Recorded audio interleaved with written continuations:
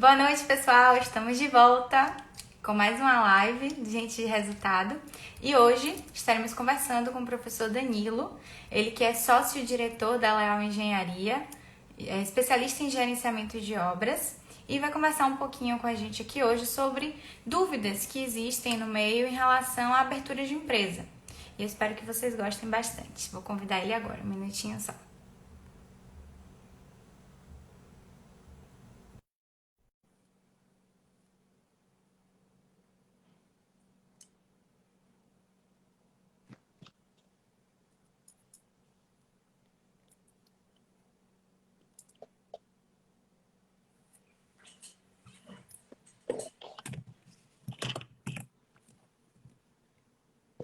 Tentando aqui só um segundo.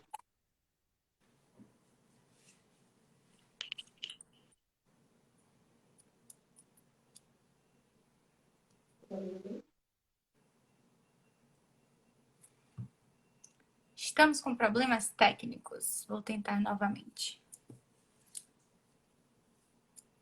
Boa noite, Tauá. Pronto, agora Tudo bom, Ana? tudo bem. Tá aparecendo aí? Tá sim, tá falhando, tá processando aqui.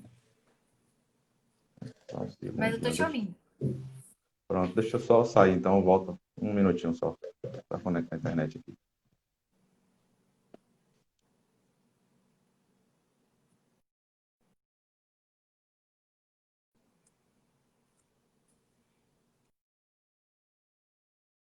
Tentar fazer o convite novamente aqui.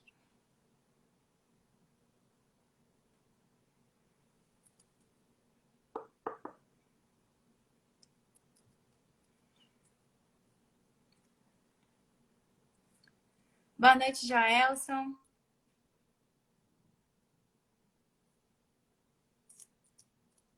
Boa noite, Vitor, Cleiton. Sejam bem-vindos.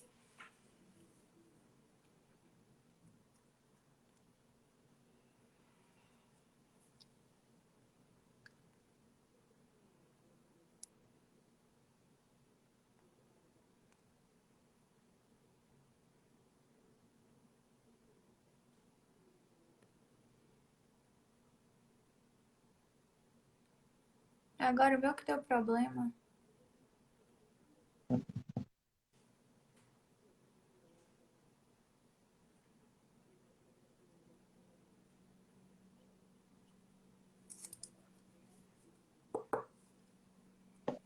Boa noite, Diego. Vou virar a câmera aqui, tá com um pouco de dificuldade.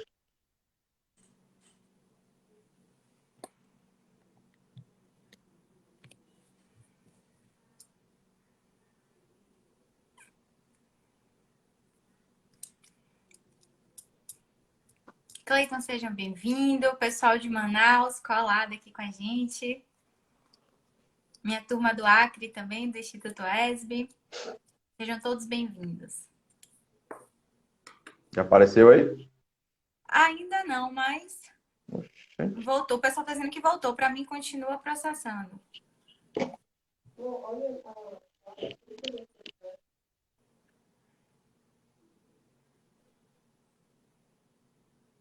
Vocês estão conseguindo visualizar a tela?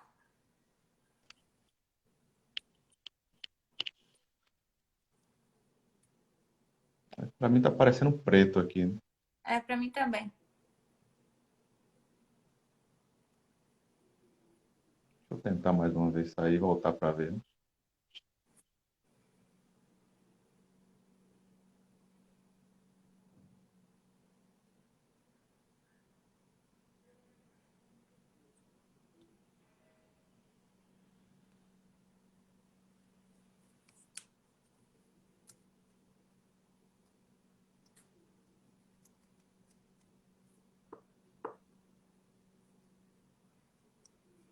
Boa noite, Luísa. Boa noite, Marco. Sejam bem-vindos. Estamos com problemas técnicos.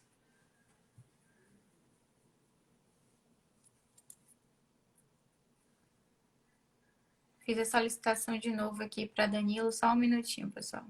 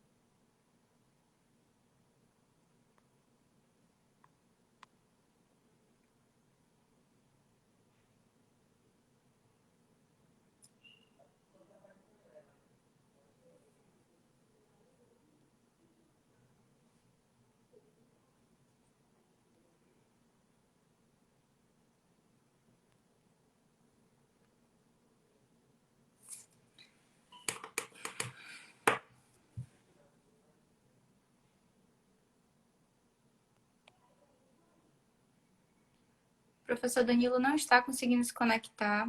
Ele saiu, está tentando entrar novamente. Um minutinho só, pessoal.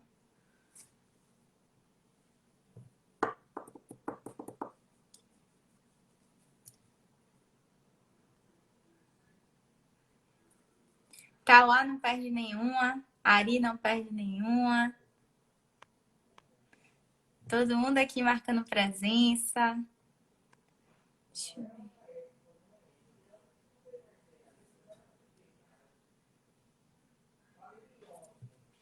Deixa eu ver aqui. Pronto, agora sim. Agora! Boa noite a todos, boa noite, Começar. Monique.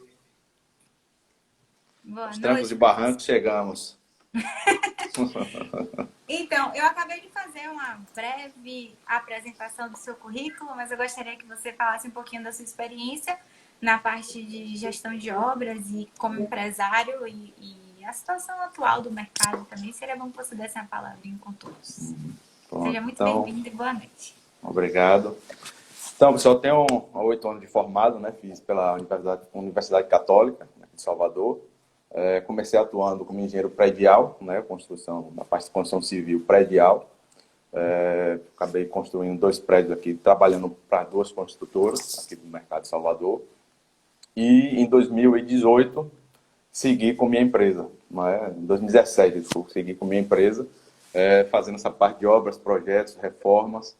Né? E aí já tem uma gamazinha de serviços aqui, né? Dessa parte de serviços comerciais, hospitalar, residencial, também a parte de a gente fazendo obra no aeroporto de Salvador.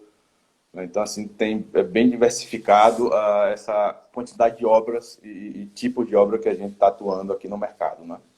Então, eu fiz gerenciamento de obras, né, no IPOG, e isso foi fundamental para no decorrer da parte de gerenciamento da empresa também, né? A gente sabe que a gente tem um currículo um pouco maior, digamos assim, nessa parte de engenharia, com gestão, né? A gente aprende desde a faculdade, com diversas...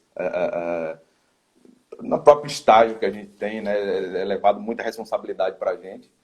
E conseguir pegar essa parte, tanto do estágio, quanto de funcionário de outra empresa, da construtora, para atuar na minha, junto com essa questão da pós-graduação, né? Foi fundamental. E hoje eu estou com obras no aeroporto de Salvador, né?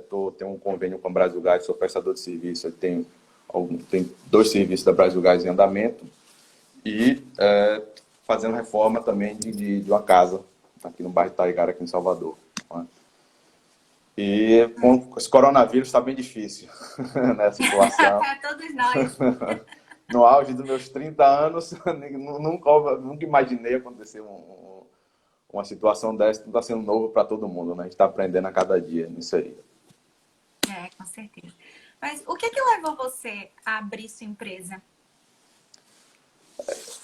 Na verdade, assim, abrir uma empresa foi um somatório de fatores em termos de mercado, né? Eu já tinha a empresa aberta, mas não estava atuando com ela.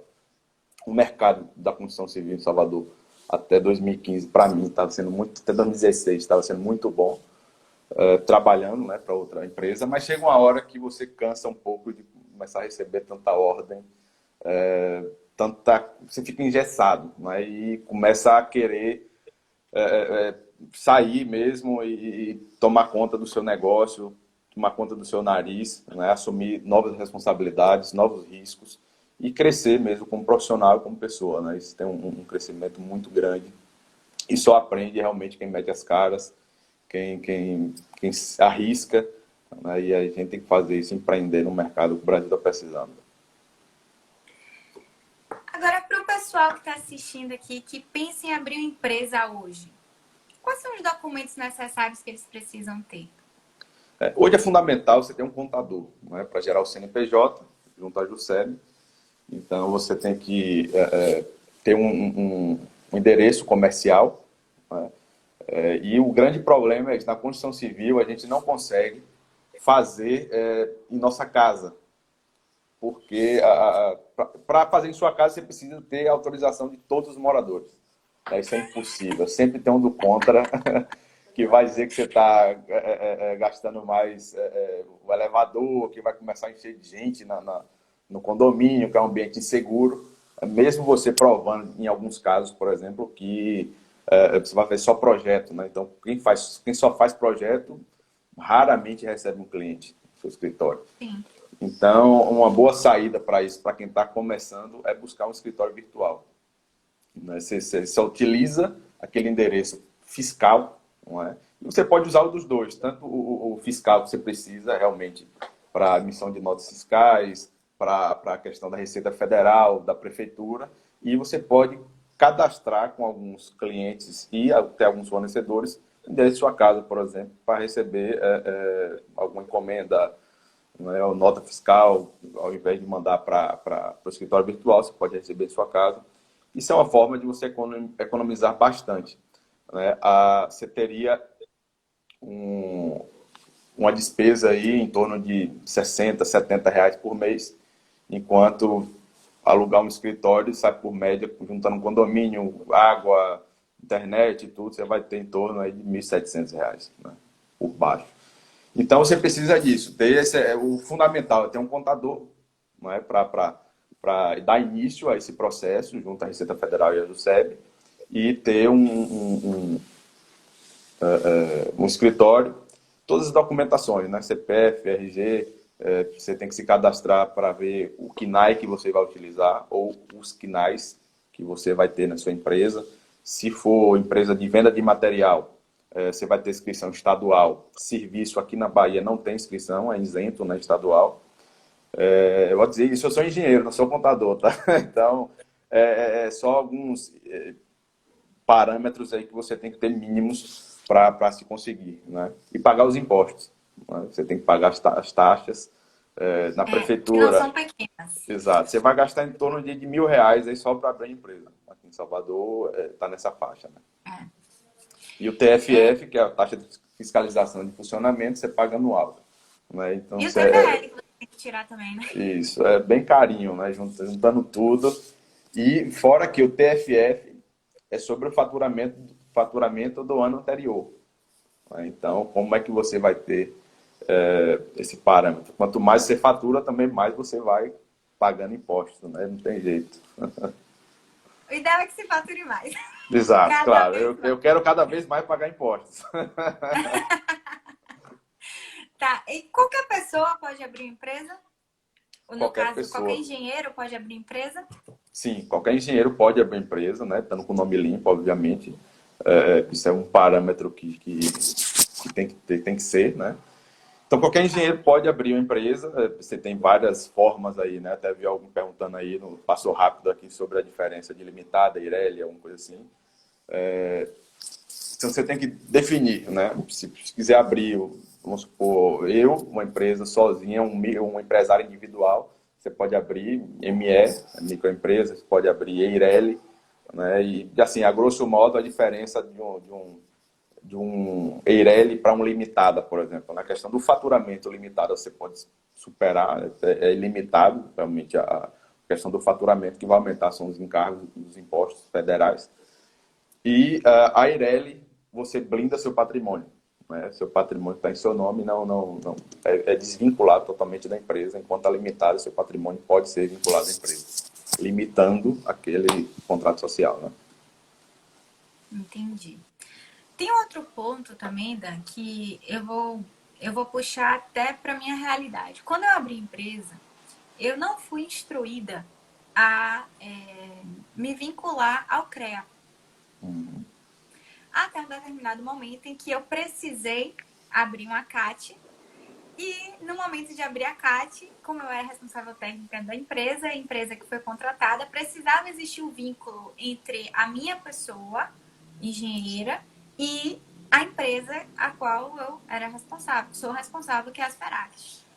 E aí eu senti a necessidade de ter esse vínculo, né, de cadastrar a empresa junto ao CREA para poder gerar o vínculo e poder emitir as CATs que eu necessitava, ou que eu possa vir a necessitar mais para frente, enfim. Eu queria que você falasse um pouco sobre essa questão dos benefícios de você ter esse vínculo junto ao CREA? Você ter o vínculo junto ao CREA, né, você demonstra mais credibilidade, né, para com o seu cliente. Né? Então, a partir do momento que você manda a sua anuência do CREA, pessoa física, né, como um profissional, e você também acrescenta a da sua empresa, você está demonstrando ao seu cliente que os mínimos parâmetros técnicos, ali você sabe, né, você tem, que não é qualquer pessoa, tanto é que para você se cadastrar o CREA, você tem que ter um engenheiro responsável, mas não é homologado ao CREA. Se for uma empresa que tiver em nome de que tiver na descrição construtora, engenharia, engenheiro, tem que a maior cota da empresa tem que ser do engenheiro e ele tem que ser o administrador da empresa, senão o CREA não aceita. Isso eu não sabia. O CREA não aceita. E eu passei por isso, tive que mudar o contrato social por conta disso. Então, vai aprendendo, né? Não tem jeito. Com certeza. Então, assim, é uma coisa que você paga aí hoje em torno de 400 e poucos reais anual, né, que você paga de tarifa ao CREA. Não é barato, porque você já tem quase 500 de pessoa física. A minha não foi esse valor, não. Então, a minha veio R$ 1.090. Então você tem coisas aí pesadas. A minha foi em torno de 400 e poucos reais, juntando pessoa física e jurídica, ficou em torno de R$ 1.000 e uma besteirinha, né? Então, a pessoa física é mais cara, no meu caso, do que a pessoa jurídica. Então, assim, é fundamental, no meu caso, né? A partir do momento... E se você quer crescer, você tem que andar certo. Não adianta você ficar seguindo alguns parâmetros, tanto a pessoa de 1.200, eu paguei à vista de adiantado, então fui no desconto, né? Então cada um pode dividir, por exemplo, eu não peguei com essa questão da pandemia, o CREA parcelou, né? Deu um benefício para quem não estava kit, né? Como eu paguei em fevereiro, janeiro, uma coisa assim, eu não peguei essa oportunidade de parcelar, então, mas aí vai de cada um, eu prefiro adiantar logo, ganhar esse desconto. Porque hoje, com os investimentos que estão aí, você não consegue recuperar o desconto, vale a pena, né? Então, para mim é fundamental. Para você ter noção, eu estou fazendo obra no aeroporto. A primeira coisa que o aeroporto fez foi pedir meu cadastro, minha comprovação, né, pessoa física e jurídica, junto ao CREA. Então, se você quer almejar clientes maiores e melhores, você tem que, sim, homologar o CREA. Sim, e vale ressaltar aqui que não adianta pagar só o CREA da empresa ou só o seu. Tem que estar em dia com os dois. Exatamente, os dois, isso. E Sim, até quando você emite sua RT, né, você já coloca lá como empresa. Então você emite a RT, o profissional e a empresa vinculada a esse profissional. Então isso dá muito mais credibilidade ao cliente, né? Com certeza. Puxando aqui um pouquinho no assunto de funcionário. Quando a gente pensa em empresa, principalmente construtora, a gente trabalha com pessoas, a gente não faz nada sozinho, a gente precisa de operários para tornar aquele sonho real. E para montar essa equipe, além de você ter a preocupação em dimensionar ela bem para você conseguir manter o seu lucro, parâmetros de produtividade e tudo mais, tem a questão dos custos que cada operário desse vai gerar para você. Porque a gente sabe que não é só o salário, não é só pagar R$ 1.000 a um ajudante, a um pedreiro. Você precisa pagar ele e todos os encargos referentes às leis sociais que estão envolvidos aí. Então, entra a questão de tributo, todos os direitos que o trabalhador tem, enfim. Quanto custa hoje, um exemplo que você queira aí, um servente, um pedreiro, um ajudante, quanto custa um funcionário hoje para a empresa? Hoje, assim, além do custo do salário, né, você tem férias, terço de férias, 13º, FGTS, 40%, 50% da FGTS, na verdade, você paga 40% ao trabalhador e 10% ao governo. Você tem seguro de vida do funcionário, que é dissídio coletivo, é obrigatório, pelo menos aqui em Salvador, na Bahia, né? Você tem que dar alimentação, café e almoço, ou você tem que dar transporte ao funcionário. Então, não é cesta básica se passar, se eu não me engano, de 30, 40 funcionários por obra, que reduziram, né, no dissídio coletivo. Então, assim, são muitas despesas que estão atreladas a um funcionário. né? Então, assim, vale a pena? Vale. Porque se você começar a pagar o funcionário por diária, com vários outros sentidos que você bota, além de você não estar coberto totalmente, você não está com aquele funcionário agregado com você, aquele funcionário não se sente corpo da empresa. Né? Então, tem outra modalidade também que você pode fazer, é contrato de prestação de serviços autônomos, né? No caso específico daquela pessoa, ou contrato por empreitada, se for outra empresa. Né?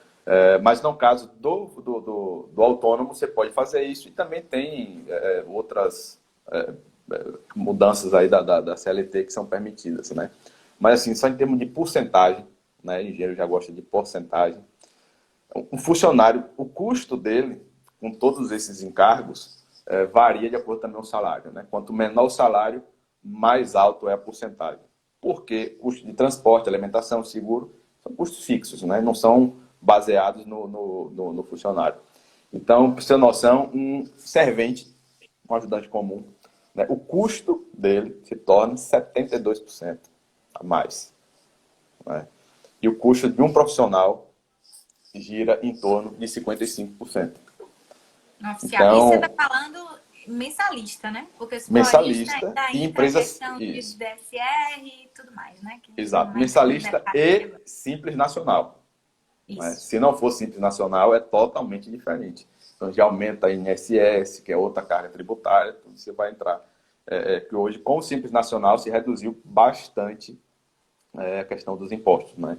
Então, facilitou muito as pequenas e médias empresas a ter uma concorrência leal com até trocadilho com uma empresa, mas com os outros com os outros prestadores de serviços, né, que não são, que a concorrência é realmente muito, né, a gente tem uma deficiência de fiscalização do próprio CREA, como fiscalização do exercício profissional, né, a Bahia é muito grande para a quantidade de funcionários, enfim, então o custo vai nessa faixa aí mesmo, de 50% a 70%. Então, quando você pega um encarregado, o salário é mais alto, então vai variar nos 45%. Um mestre de obra cai para uns 38%, 40%. Eu volto a dizer, empresa simples nacional. Né? Tá. Pegando aí esse gancho dos funcionários, vamos supor que o contrato seja temporário e que o desgaste que você tem, porque a gente tem a questão de exames admissionais, ficar aguardando o resultado, e às vezes você está com pressa, o serviço é muito rápido, não compensa você contratar a carteira assinada, você acaba optando pela opção da prestação de serviço, certo? E essa terceirização, ainda mais agora que houve essa reforma trabalhista e que se abriu o leque para terceirização e a gente vê cada vez mais surgindo empresas novas, pequenas, para atender demandas específicas. Você acha que vale a pena na construção civil ou você ainda sente mais segurança tendo seu funcionário da casa? Tendo em vista que a gente sabe que existem acidentes de trabalho, que isso pode impactar em gastos extras não previstos que não estariam cobertos na prestação de serviço.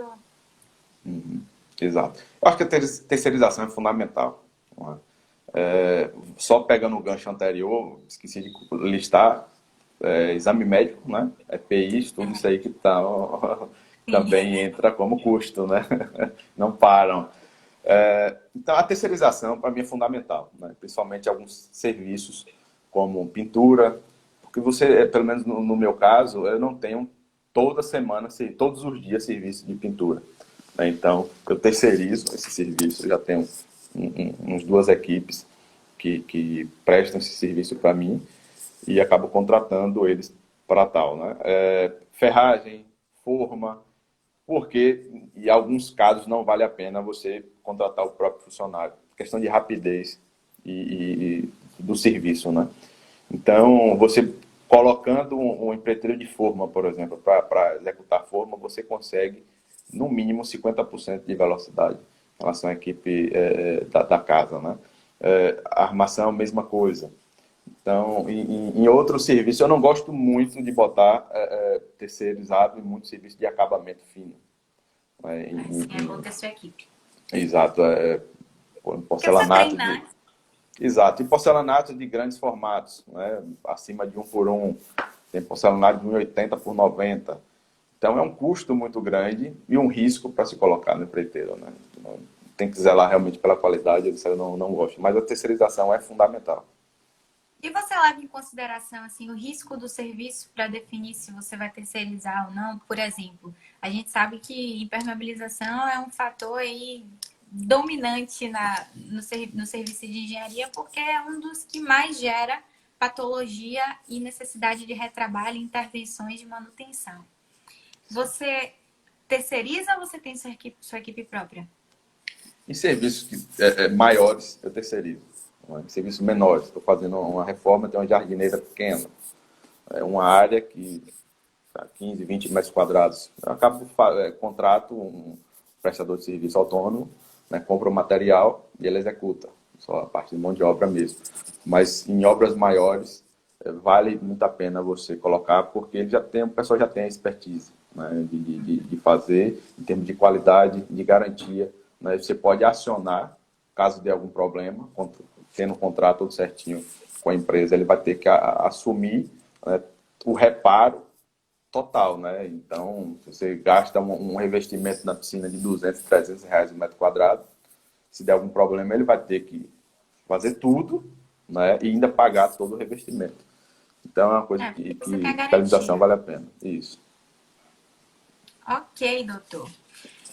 Para finalizar, como é que você elabora seus orçamentos, seu planejamento de obras, já que você tem padrões diferentes e públicos diferenciados também? Você não deve ter um modelo, você deve ter uma forma de apresentação para cada tipo de cliente. Eu queria saber como é que você consegue abarcar todos os custos da sua empresa, transferir essa carga para as propostas, né, que você vai enviar. Como é que você trabalha isso aí? Dê uma dica para o pessoal que está começando, por favor.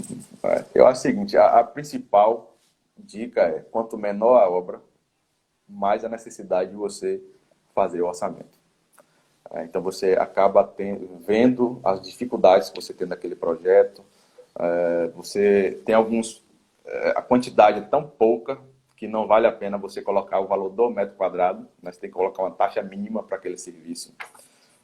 Senão, se você ter uma parede, você tem uma porta, o arquiteto solicitou que fechasse essa porta e abrisse outra, né? Então, para fechar aquele 1,70 m quadrado, não paga nem a diária do pedreiro e do ajudante. Né? Então, você tem que botar, em alguns casos, taxa mínima para aquele serviço. E o que eu costumo muito fazer é botar o custo todo, né, da obra e vou botar os custos indiretos e acabo redistribuindo para todos os serviços. Né, de forma... Você faz um desbalanceamento. Isso, em alguns casos distribuo por igual, em outros tem uns pesos pelo serviço, né? Pela questão mesmo se fosse a curva ABC, né? Então você prioriza ali o A principalmente, o B, o C é uma coisa mais tranquila de se resolver, mas é fundamental. Em orçamentos grande porte, não vale a pena, se tiver com tempo disponível, fazer, né? Mas se não, o ideal é até contratar para outra pessoa executar seu orçamento e você faz depois a conferência tudo direitinho para não ter problema, né? Porque se você quanto maior também o orçamento, você começa a fazer todos eles, vai lhe faltar tempo para fiscalizar o serviço que já está sendo executado. Né? Então, o orçamento... Não dá nem tempo, né? Exato. Então, o orçamento é uma coisa que você está tentando fazer ainda, pegar a obra, né? E você pode esquecer a que já está em andamento. Então, você tem que fazer esse balanço aí também para não lhe prejudicar. Então, a gente não consegue fazer tudo de uma vez só, né? Nem tudo sozinho. Se você quer crescer, você tem que ter uma equipe. Então, é o que acontece. Mestres, encarregados, estagiários, tudo fazendo essa equipe para ir dando suporte. Pegando a obra, né? Dando tudo certo, entra na questão do planejamento. Então, a base inicial é você ter um planejamento, um cronograma físico, financeiro, mas você tem que também prestar contas ao seu cliente. Em alguns casos, você consegue dividir o pagamento pelo tempo de obra em partes iguais, pega um sinal, e nem sempre se tem sinal, né? Então é fundamental você ter um capital de giro. né, para tocar a sua empresa, eu sugiro pelo menos 1 mês e meio de salário da sua equipe, porque o cliente pode atrasar o pagamento, isso não é incomum. Né?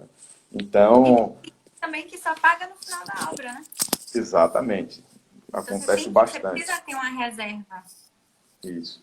Então, assim, ganhando orçamento, você começa pelo cronograma físico-financeiro, né? Tem que abrir, isso é fundamental, abrir para os funcionários, principalmente mestres encarregados, né? E sendo repassado a todos os funcionários, que a gente tem que ter o início, o meio e o fim, né? Principalmente o fim, dando tudo certo. Quanto menos tempo, menos o custo indireto que você está tendo, né? E custo indireto é realmente dinheiro perdido, literalmente. Então, É dinheiro investido.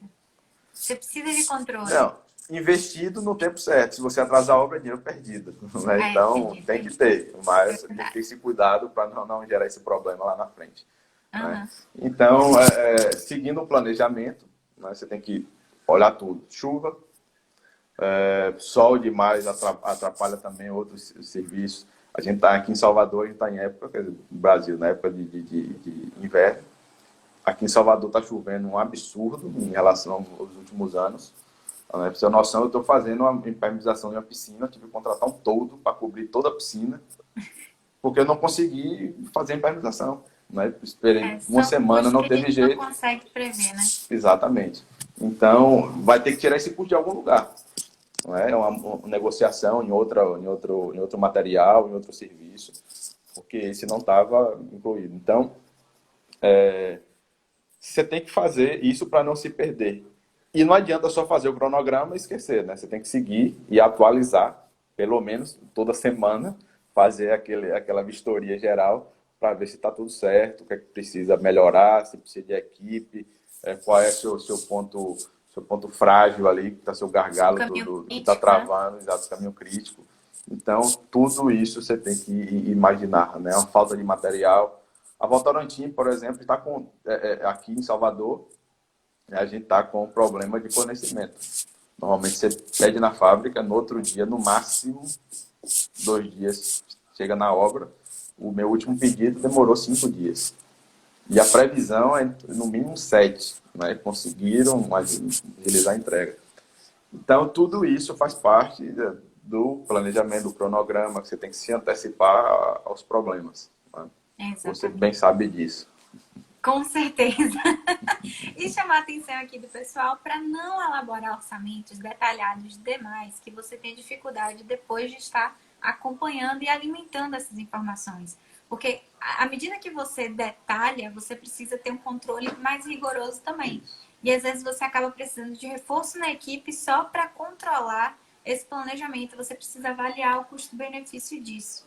Então, o orçamento tem que estar atrelado ao planejamento, porque muitas vezes o pagamento, o recebimento, está vinculado ao avanço físico da obra. Aí vai depender das modalidades de contratação, que são inúmeras. Inclusive, Exato. teve uma pergunta aqui, eu estava olhando o pessoal participando aqui, teve uma pergunta sobre contrato em regime intermitente. Se você já teve alguma experiência nesse sentido, pode Não, compartilhar. não. Eu nunca trabalhei, não, com contrato intermitente, não. Atualmente, só com contrato de prestação de serviço autônomo ou CLT. Quer dizer, o autônomo está na CLT, né? Mas o contrato padrão, o antigo. Né? Nós temos alguns minutinhos ainda, eu vou abrir para as perguntas, caso alguém queira se manifestar. Estamos às ordens.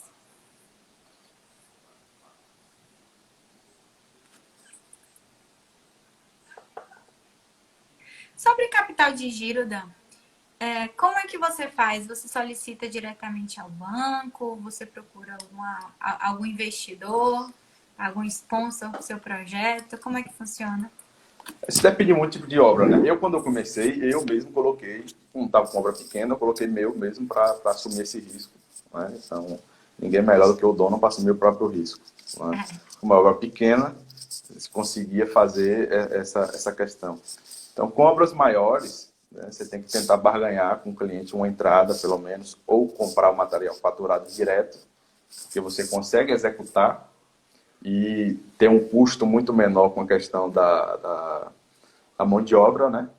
Então, tem que tentar fazer por esse lado. Se não conseguir, existe algumas, para quem é engenheiro, no caso, né, tem algumas empréstimos no Mútua, que os juros é muito baixo, mas você consegue fazer isso para empresas, né, para você fazer obra, você coloca vinculado àquela obra ali, a taxa é bem pequenininha mesmo, com a Selic que baixou novamente.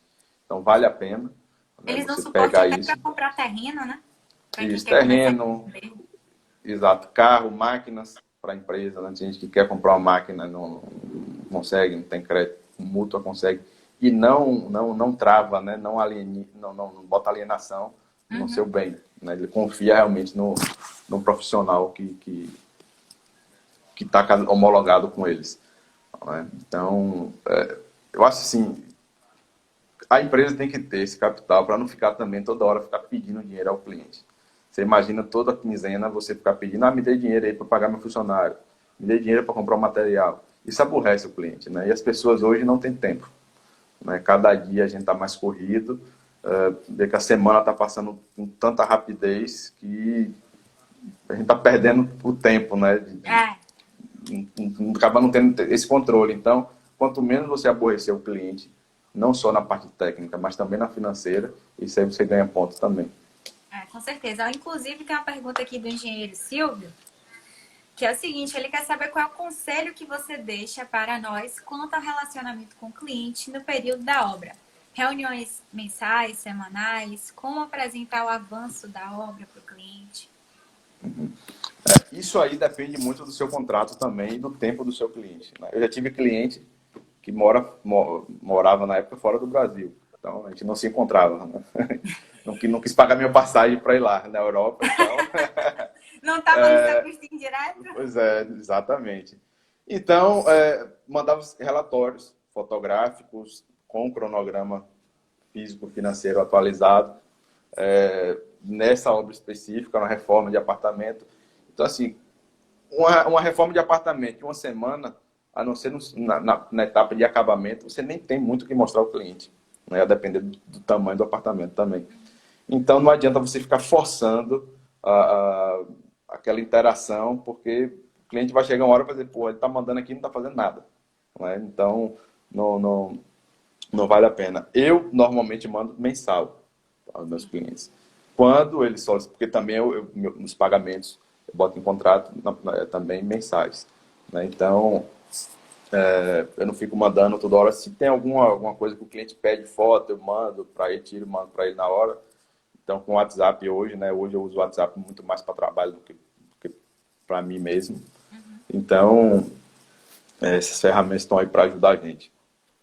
E os contratos, Dan? Como é que você lida com essa interação com o cliente? Você envia a proposta, sua proposta já é um instrumento de controle, ou você elabora um contrato formal indicando o escopo, a especificação, os projetos que foram vinculados? Como é essa interação Eu com o mando minha cliente? proposta, né? Eu mando a proposta já com muita coisa detalhada e muitas coisas que tem minha proposta, tem no meu contrato.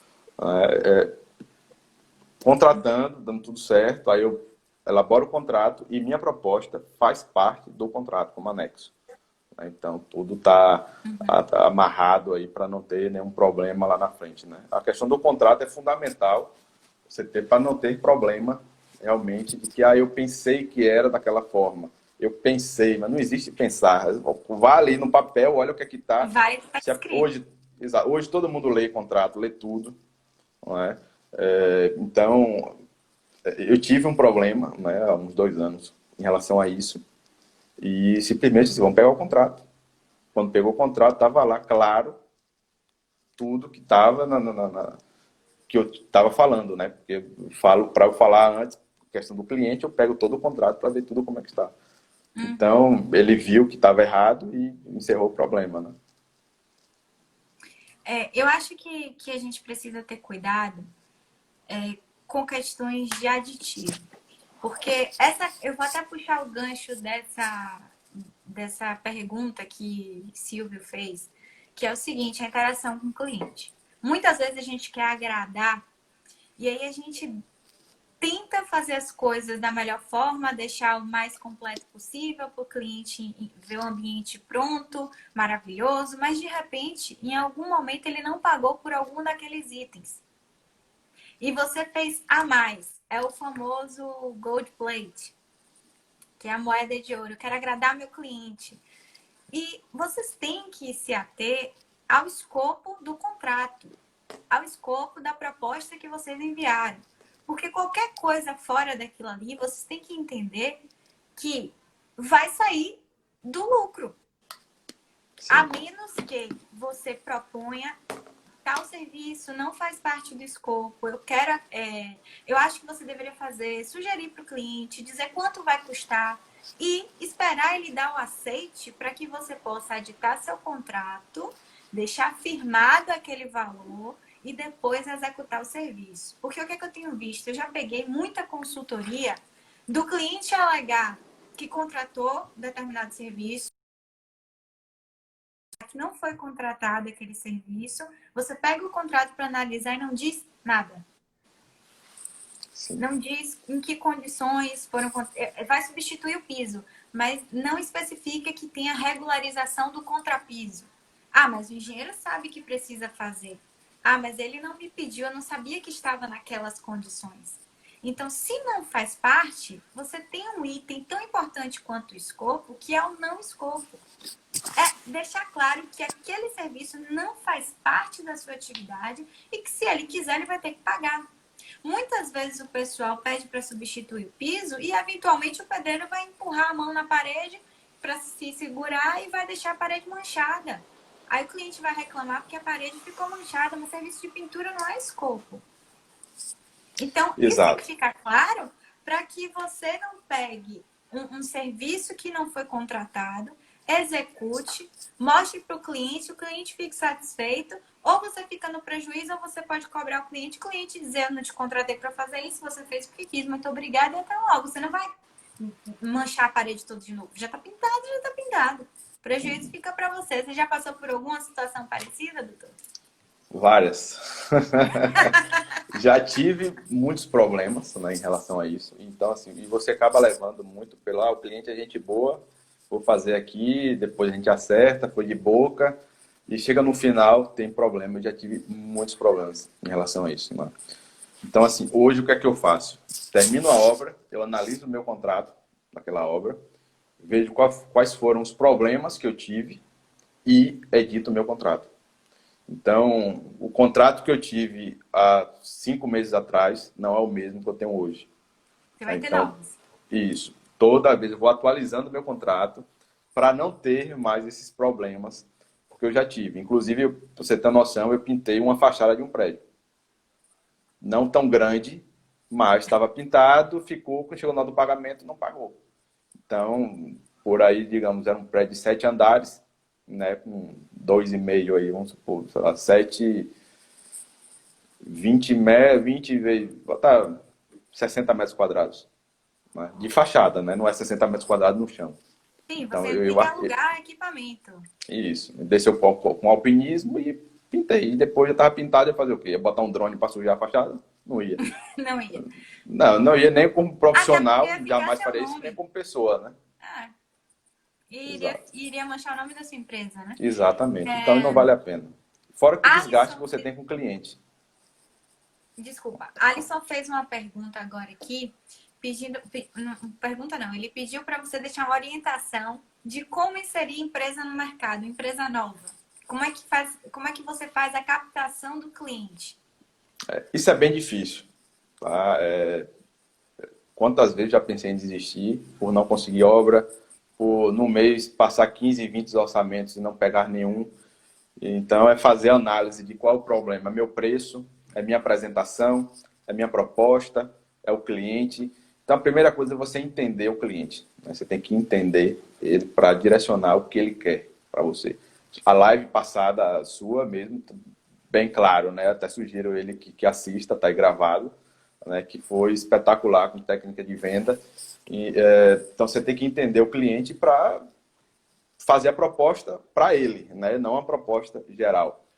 E assim, minha sugestão não adianta você ficar colocando em jornal, aquela revista do síndico. Você vai jogar dinheiro, na minha opinião, você vai jogar dinheiro fora. Né?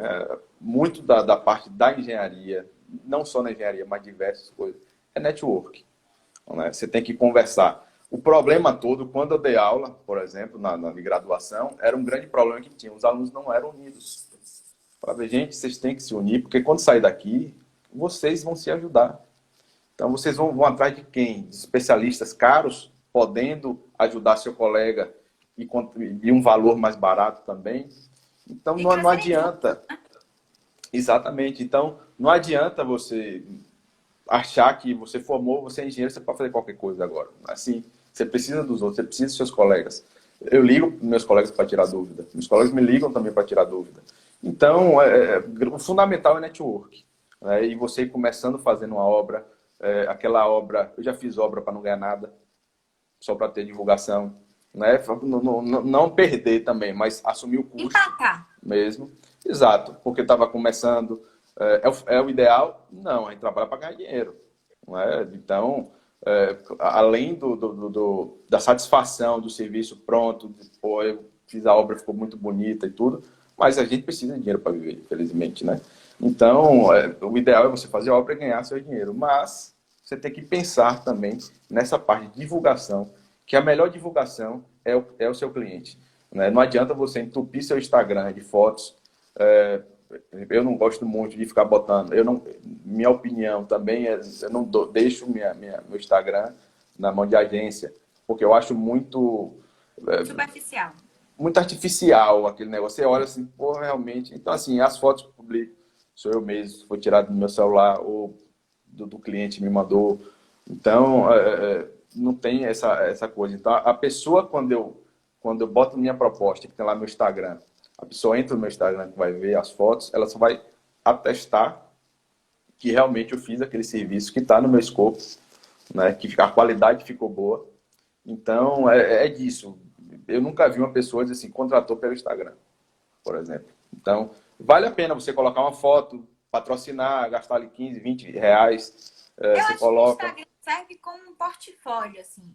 A pessoa você vai para entrevista, você quer ver meu nível de trabalho, no meu Instagram tem algumas fotos, mas ela mostra. Isso, exatamente. Mas o principal é network. E fazer cursos, né? Entrar no meio, tá ali com exato. Ter novos engenheiros.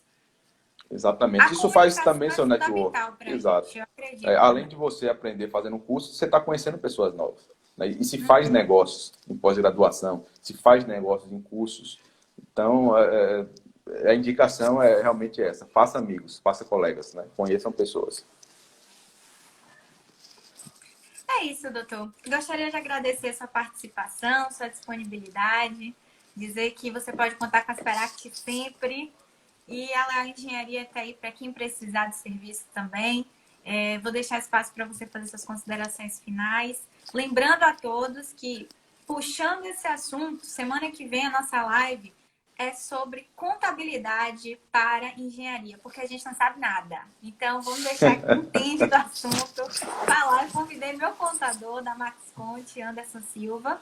Ele vai estar aqui presente. Então, quem tiver suas dúvidas, quem pensar em abrir empresa, quem quiser fazer algum tipo de questionamento, semana que vem ele estará aqui, quarta-feira, às 20 horas, para esclarecer em mais um episódio de Gente de Resultado. Professor, por favor, faça suas considerações. Gostaria de agradecer a oportunidade, né, passar um pouco do meu conhecimento para todos. Né, estão vários amigos aí, ex-alunos, estão participando aí, tudo, né? Então, bem importante isso aí. E dizer assim, eu estou também à disposição, né, não só para serviços, né, mas para dúvidas. No meu Instagram está aí, se quiser pode seguir. As pessoas, se quiserem também, ó, dá o dedinho aqui, ó, no coraçãozinho, que a live sobe aí para ajudar também. Né? Então, estou à disposição, né, do que precisar, de dúvidas do mercado. Essa parte de contabilidade aí na próxima live é também fundamental, né? A gente realmente não sabe. Eu fiz 2 semestres de contabilidade, não para virar contador, mas para entender, porque aí parei, porque não tive tempo. É muita coisa. Vamos deixar cada um na sua área, né? Exato. Mas é interessante você entender, pelo menos, né? Então, não só deixar o contador fazer, você tem que entender, fiscalizar de uma forma superficial, pelo menos, naqueles pontos-chave, para você conseguir não ter problema, né? Porque se você não fiscalizar o seu contador e por um erro dele também acontecer, você pode responder problemas seríssimos, né? Principalmente assim, na Receita Federal. Exatamente, você responde, as despesas não são pequenas, a Receita pode lhe puxar os 5 anos atrás, pedir toda a documentação, então é fundamental você guardar todas as notas, ter todo esse controle, pelo menos por 5 anos, para minimizar ou não ter problemas, né? Então é isso aí, muito obrigado também. Qualquer coisa, estou à disposição. Obrigada, professor Danilo Leal. E vou deixar gravado, o pessoal pediu para a live ficar gravada, não se preocupem, estará gravado no nosso Insta, podem indicar para os amigos. E não percam, semana que vem estaremos de volta. Um beijo para todos vocês e até a próxima. Tchau, tchau.